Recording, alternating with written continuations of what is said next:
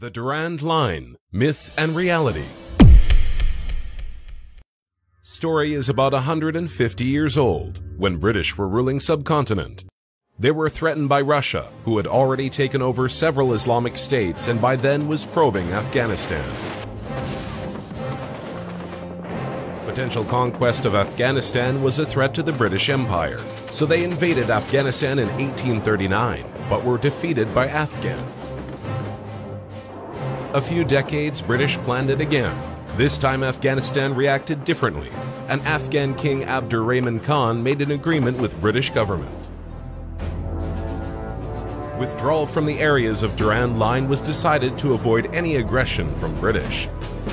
The agreement was valid until King was alive, and after his death, British government renewed the agreement with the king in the throne Habibullah Khan, son of Abdur Khan. The new agreement was called Dane Habibullah Agreement, which stated acceptance of Durand Line as a permanent border by Afghanistan.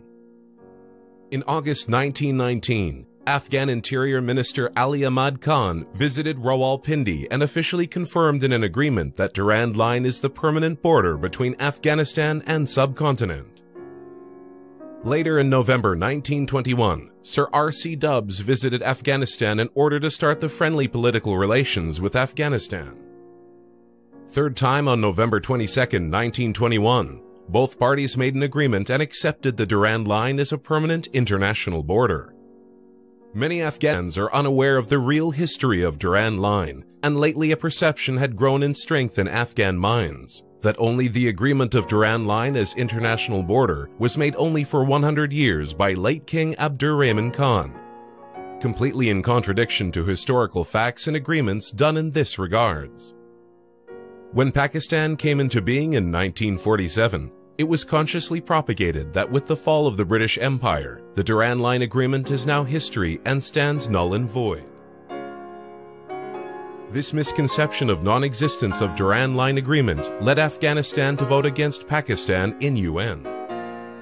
Pakistan was a reality, and Afghanistan was not eligible to reframe the border.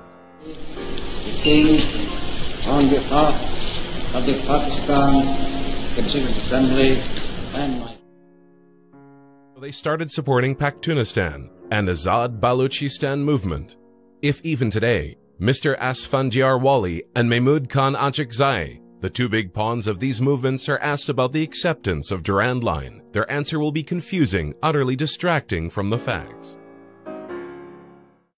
In the era of Sardar Daud, Afghanistan's involvement in exporting terror to Pakistan reached its peak, which forced then PM of Pakistan, Mr. Zulfikar Ali Bhutto, to crush it with power.